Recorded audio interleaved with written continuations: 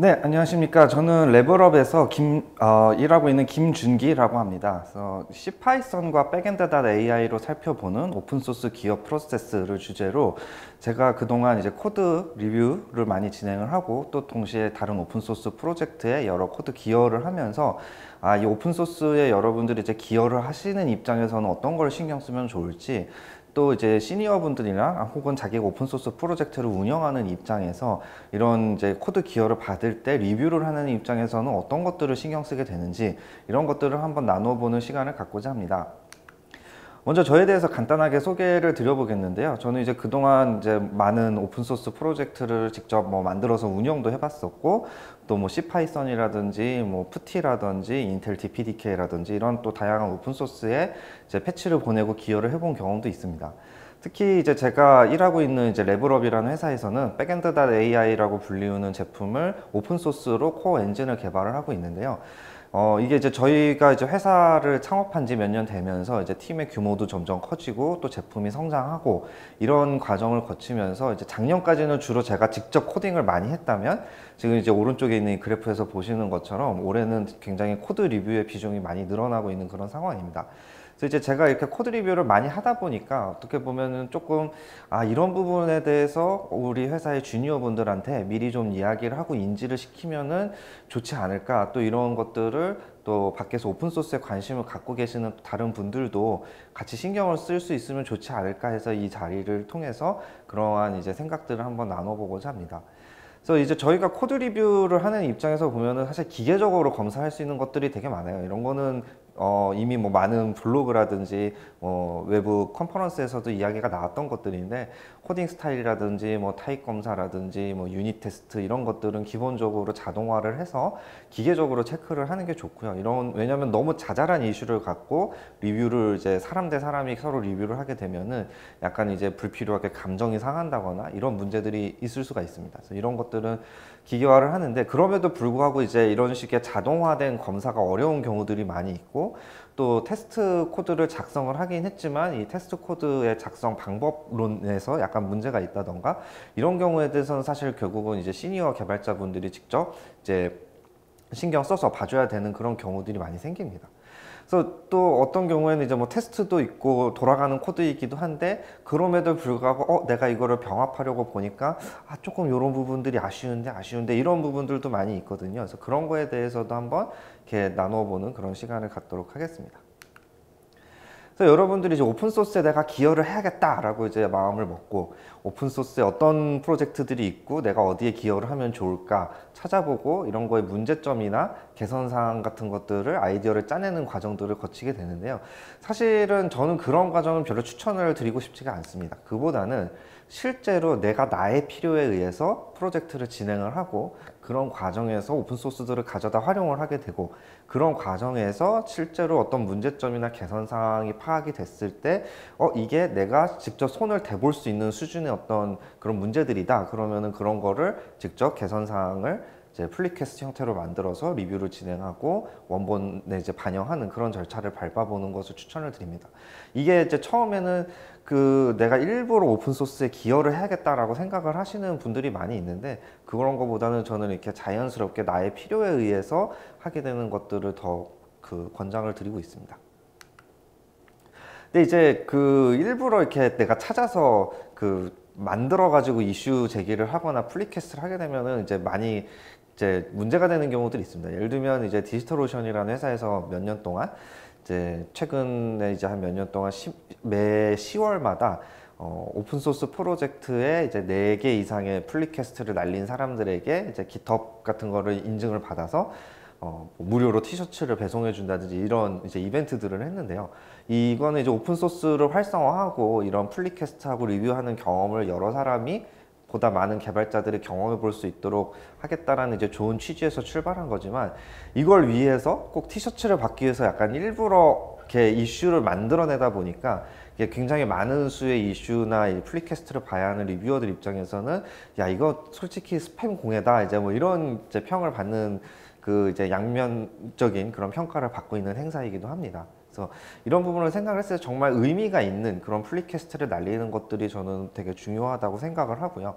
이제 그런 부분에서 어떻게 하면 내가 좋은 풀 리퀘스트라는 거를 만들 수 있는가, 이런 부분에 대해서 이제 조금 더 기여자 입장에서 설명을 해볼까 합니다.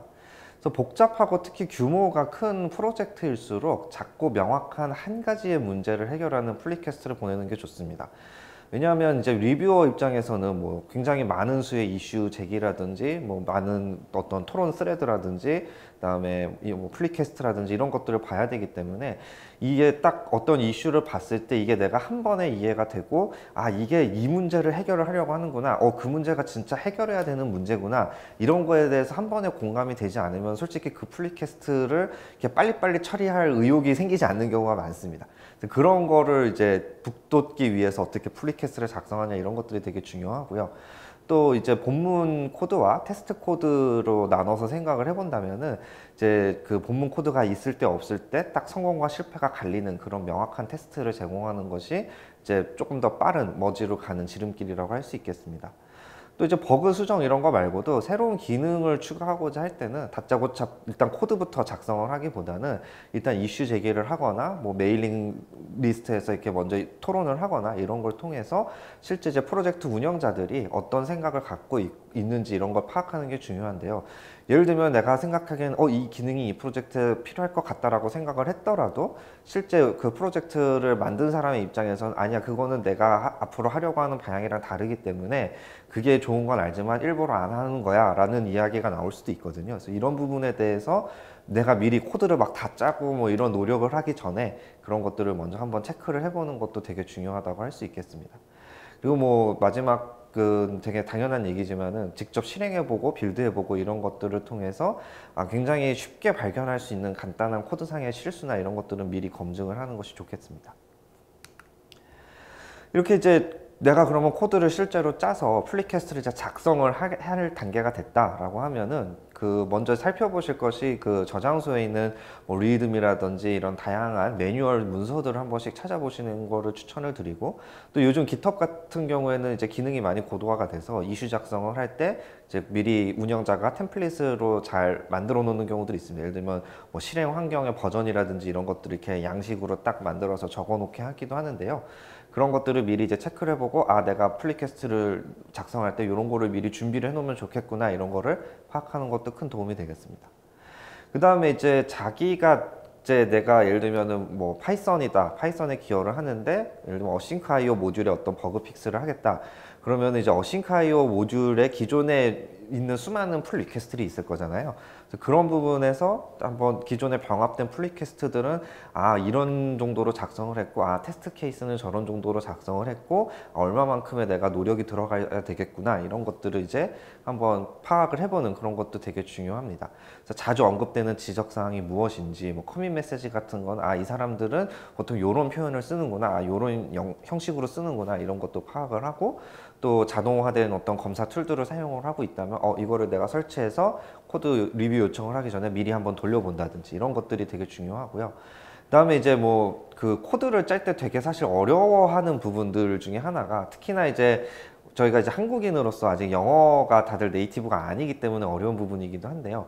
이런 변수, 함수, 클래스 이런 것들 이름을 잘 짓는 게 굉장히 중요합니다.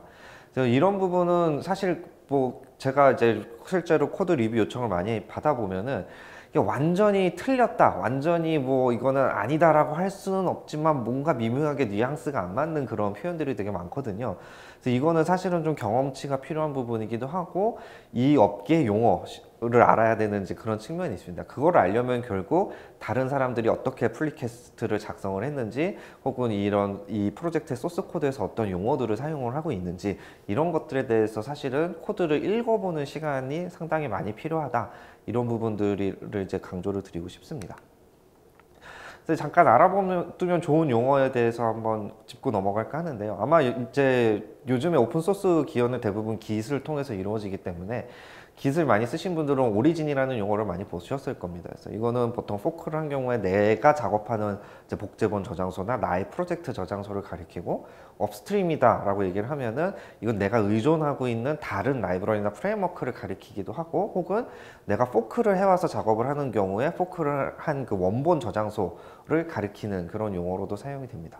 그래서 가끔 보면은 이거는 업스트림 이슈라서 내가 해결이 안 되는데요, 뭐 이런 이제 반응이 나오는 경우들이 있는데, 이거는 내 문제가 아니고 내가 의존하는 다른 코드의 문제이기 때문에 거기서 문제를 해결해야 된다는 거고요. 이런 이 상황이 발생을 하게 되면은 우회 방법을 찾거나 그 프로젝트에 직접 이슈 제기를 해서 고치는 방법밖에 없습니다. 근데 이게 이제 업스트림의 이슈다, 뭐 이제 이런 식으로 가게 되면은 보통 이게 상위 프로젝트로 갈수록 많은 사람들이 사용을 하는 큰 규모의 프로젝트인 경우가 많아서, 그런 문제들이 이제 내가 픽스를 해서 실제로 이게 예를 들면 메인 브랜치에 병합이 됐더라도 그게 실제로 새 버전으로 언제 나올지 이제 그 기약이 없는 경우들이 있습니다. 혹은 이게 뭐 2달 뒤에 나올 예정이다, 뭐 이런 식으로 돼 있는데 나는 당장 이 문제를 고쳐야 되고, 이런 상황들이 있는데, 이게 이제 오픈소스 기반으로 상용 제품 개발할 때 겪는 이제 어려움 중에 하나입니다. 그래서 이런 경우에는 업스트림 릴리즈가 되기 전까지 내가 직접 포크를 만들어서 임시 빌드를 이제 만들어서 배포를 한다던가 이런 방법들을 쓰기도 합니다. 그래서 깃이나 깃허브를 이제 많이 사용을 해서 오픈소스 활동을 하게 되는데, 그때 이제 리뷰어 입장에서 보면은 이 기여하는 사람들이 이런 부분을 좀 주의를 해줬으면 좋겠다 하는 것들이 몇 가지가 있습니다. 예를 들면은 포크 후에 메인 브랜치에서 바로 작업하지 않고 별도 브랜치를 만들어서 작업을 하는 걸 권장을 드리고요. 이런 과정에서 이제 뭐 포스트 푸시라든지 이런 방법으로 내 이제 로컬 브랜치를 막 변경을 한다던가, 혹은 이제 메인테이너들이 그 나의 브랜치에 자잘한 픽스들을 바로 반영할 수 있게 한다거나, 이런 작업들의 과정에서 리뷰어하고 이제 충분한 의사소통을 갖는 것, 이런 것들이 굉장히 중요하고, 나의 작업물이라고 하더라도 항상 누군가가 변경하지 않았는지 미리 확인을 하고, 그런 과정에서 충돌을 해결하고, 이런 것들에 대해서 기본적으로 굉장히 이제 익숙하게 편안하게 다룰 수 있도록 이렇게 준비가 되어 있는 것이 좋겠습니다. 또 이제 깃허브를 조직 계정에서 사용하시는 경우들이 많이 있을 텐데요. 이제 대부분의 개발자분들은 뭐 프리랜서라기보다는 이제 회사에 소속되어서 일을 하시는 경우가 많기 때문에 이제 사내에 깃허브를 이제 활용하는 경우들이 많이 있는데요. 저희 같은 경우는 이제 사내 프로젝트에서 풀리퀘스트를 받는 식으로 이제 주니어 엔지니어 분들의 이제 기여를 받아서 프로젝트를 진행을 하는데, 사내 프로젝트의 경우는 별도로 포크를 하지 않고 직접 작업을 한다라는 거를 원칙으로 하고 있고, 또 회사용 이제 조직 계정의 외부 프로젝트를 포크를 떠오는 경우가 있습니다. 이런 경우에는 기본적으로는 이제 오픈소스 라이선스를 지켜주는 방향으로 하되, 이제 회사마다 이런 부분은 정책이 다를 수가 있기 때문에 확인을 해보시는 게 좋다라는 말씀 드리고 싶고, 저희 같은 경우에는 이제 오픈소스 문화를 베이스로 하고 있는 회사이기 때문에 저희 회사에서는 이제 뭐 내부 협업이 필요한 경우에는 이제 조직으로 포크를 하고, 아니면은 개개인이 그냥 내가 직접 패치해서 보낼 수 있다, 그런 경우에는 각자 개인 계정에서 하는 거를 권장을 하고 있습니다. 또 이런 부분이 이제 제품 개발하고 연관이 되는 부분이다 그러면 이제 업무 시간에 이런 개인 계정을 통한 오픈소스 활동도 인정을 하고 있습니다. 그래서 저희가 이제 제가 이렇게 다양한 기여나 리뷰를 하면서 이런 부분을 우리가 서로 약간 암묵적으로 합의를 하고 지나갔으면 좋겠다라고 하는 부분들이 있는데요. 기여자로서 어떤 마음가짐을 가지는 게 좋을지, 또 리뷰어로서 어떤 마음가짐을 가지는 게 좋을지 한번 정리를 해봤습니다. 그래서 기본적으로는 역지사지다. 그리고 상대방이라면 나는 어떻게 할까? 상대방이라면 어떤 부분이 힘들까? 이런 부분에 대해서 생각을 해보고, 이 어떤 코드에 대해서 어떤 비판을 하거나 어떤 코멘트가 있을 때 이 코드하고 자기 자신을 동일시하지 않고, 이 우리는 좋은 코드를 쓰기 위해서 이 일을 하고 있는 거지, 이 코드에 어떤 비판이 가해졌다고 해서 그거를 개인적으로 받아들이거나, 혹은 개인적으로 공격을 하기 위해서 그런 목적으로 리뷰를 하거나, 이제 그러지 않는다라는 것에 대해서 상호 어떤 믿음이 있어야 이제 이 리뷰 절차들이 원활하게 진행이 될 수가 있고요. 이런 부분에 대해서 항상 양쪽 입장에서 생각을 하는 것이 굉장히 중요하다고 생각을 합니다. 그래서 제가 이제 기여를 했던 경험을 이제 뭐 한 가지 공유를 해본다면은, CPython 프로젝트에 최근에 작은 패치들을 몇 가지 보냈는데요. 이런 과정에서 보면은 사실은 이게 패치 내용 자체는 굉장히 간단한 거지만 이 파이썬 같은 경우는 워낙 많은 사람들이 쓰고 있고 굉장히 이제 여러 사람에게 영향을 줄 수 있는 프로젝트다 보니까 이제 커미터들이 리뷰를 하는 과정에서 테스트 코드를 얼마나 꼼꼼하게 작성을 했고 얼마나 많은 케이스를 커버하는지에 대해서 굉장히 많이 신경을 쓰는 모습을 볼 수 있었습니다. 그래서 예를 들어 뭐 2줄을 삭제하기 위해서 테스트를 50줄을 작성을 한다든지 뭐 이런 식의 이제 일들이 벌어지고요. 또 제가 이제 온라인으로 알고 지내는 분 중에 코어 커미터 자격을 가진 나동희님이라는 분이 계신데, 이분이 이제 코어 커미터들이 예를 들면 제가 어싱카이어 쪽에 패치를 보내는데 그러면은 이 사람한테 리뷰를 요청하는 게 진행이 빨리 되겠다, 이런 것들을 잘 알고 계셔서 굉장히 이제 빠르게 진행을 하는 데 도움이 많이 됐습니다. 그래서 이런 부분들은 사실은 이렇게 주변에 그 프로젝트에 이제 많이 들어가서 기여를 하고 계시는 분이 있으면은 그런 도움을 이제 받아서 활용을 하는 것도 굉장히 좋은 전략이라고 생각이 되고요.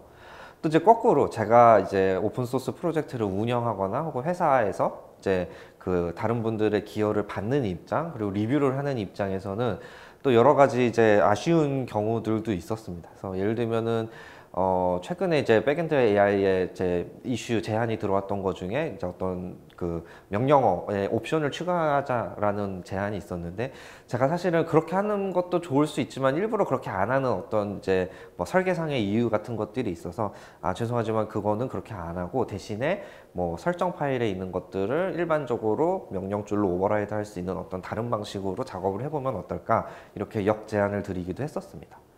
또 이제 영어가 상당히 또 문제가 많이 되는 경우들이 있는데요. 예를 들면 이제 이런 경우가 있었습니다.